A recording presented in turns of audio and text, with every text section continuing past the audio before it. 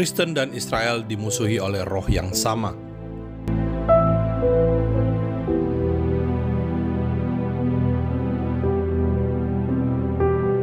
Shalom, saya Monique Rakers dari YouTube Fakta Israel.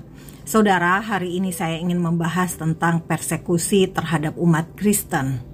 Pada hari Minggu, 27 Juli 2025 terjadi pembantaian di sebuah gereja Katolik di Republik Demokratik Kongo. Saya mengutip dari situs Church in Need. Dikatakan serangan terjadi pada jam 1 dini hari. Bayangin Bapak Ibu, serangan terjadi pada saat harusnya teroris-teroris ini tidur. Tetapi mereka memilih untuk datang ke gereja yang sedang berdoa. Bapak Ibu, pelakunya adalah militan dari pasukan sekutu demokratik ADF, kelompok teroris yang telah berjanji setia kepada ISIS. Dan mereka telah melakukan sejumlah kekejaman di Republik Demokratik Kongo. Bapak Ibu, Romo Marcelo Oliveira, seorang misionaris yang telah bertahun-tahun berada di negara Afrika ini, mengatakan serangan terjadi pukul 1 dini hari. Para militan memasuki gereja dan membunuh banyak anak, baik di dalam gereja maupun di kompleks gereja. Jadi ini adalah situasi di mana umat Kristen dibantai hanya karena iman mereka. Nah, Bapak Ibu, kalau kita lihat di Alkitab kita, Alkitab sudah menyatakan hal-hal seperti ini akan terjadi. Jadi bukan sesuatu yang mengagetkan lagi, bukan sesuatu yang mengejutkan lagi. Kenapa? Bapak Ibu coba lihat 2 Timotius 3 ayat 12. Memang setiap orang yang mau hidup beribadah di dalam Kristus Yesus akan menderita aniaya. Sedangkan orang jahat dan penipu akan bertambah jahat.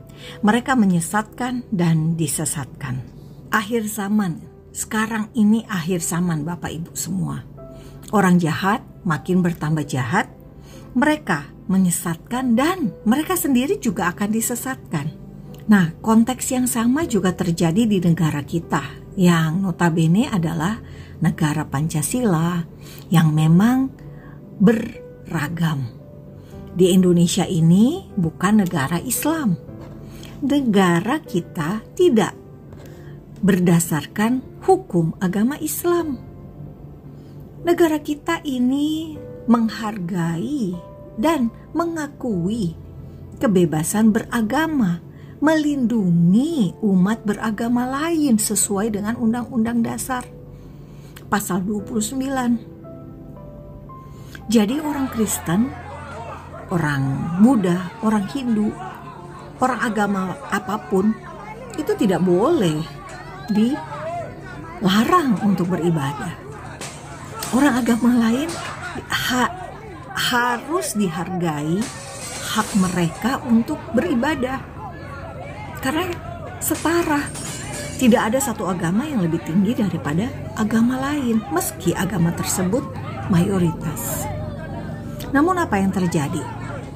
Di Padang kita lihat anak-anak yang mendapatkan pendidikan agama di sebuah rumah yang pasti saya yakin rumah ini didanai sendiri oleh umat Kristen, bukan dari pemerintah. Ternyata didatangi oleh sekelompok orang yang marah, ngamuk, menghancurkan jendela, membabi buta, melukai 2 orang anak.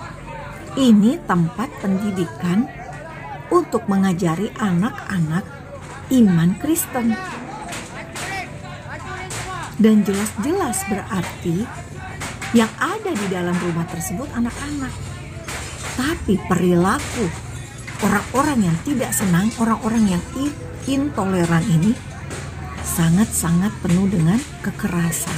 Nah, Bapak Ibu semua, apa yang dialami oleh orang Katolik di Kongo? Sebelumnya juga ada pemboman gereja terhadap gereja Ortodoks di Suriah, di Damaskus.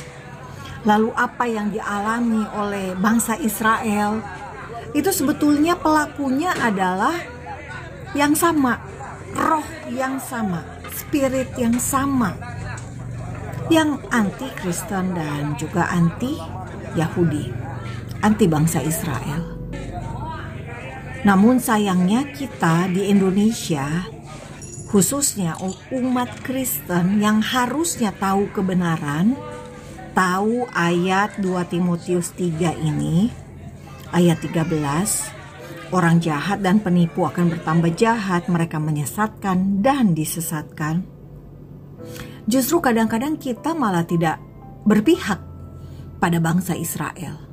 Kita berpihaknya pada para pelaku yang sama yang akan mempersekusi orang Kristen. Coba Bapak Ibu pikirin. Yang melakukan serangan teror 7 Oktober 2023 terhadap bangsa Israel itu siapa? Hamas, Jihad Islam, dan organisasi-organisasi teror Palestina yang ada di Gaza. Ada 7 organisasi teror di Gaza. Mereka ini punya spirit yang sama dengan para pelaku pembantaian yang ada di Kongo, pengebom gereja ISIS yang ada di Damaskus. Jelas rohnya beda dengan roh anak-anak Tuhan yang membaca Alkitab, yang tahu kebenaran. Coba Bapak Ibu baca lagi 2 Timotius 3 ayat 12, 13 sampai selesai ayat 17. Jelas ayat 16-nya 2 Timotius 3 ayat 16 yang sering sekali dipakai oleh gereja. Segala tulisan yang diilhamkan Allah memang bermanfaat untuk mengajar, untuk menyatakan kesalahan, untuk memperbaiki kelakuan, dan untuk mendidik orang dalam kebenaran. Jadi Alkitab itu dibutuhkan oleh kita untuk mendidik kita dalam kebenaran. Namun kenapa orang Kristen di Indonesia tidak mau percaya tentang kebenaran yang ada di dalam Alkitab tentang bangsa Israel? Paham ya maksud saya Bapak Ibu? Semua yang ada di dalam Alkitab itu dikatakan untuk mendidik orang dalam kebenaran.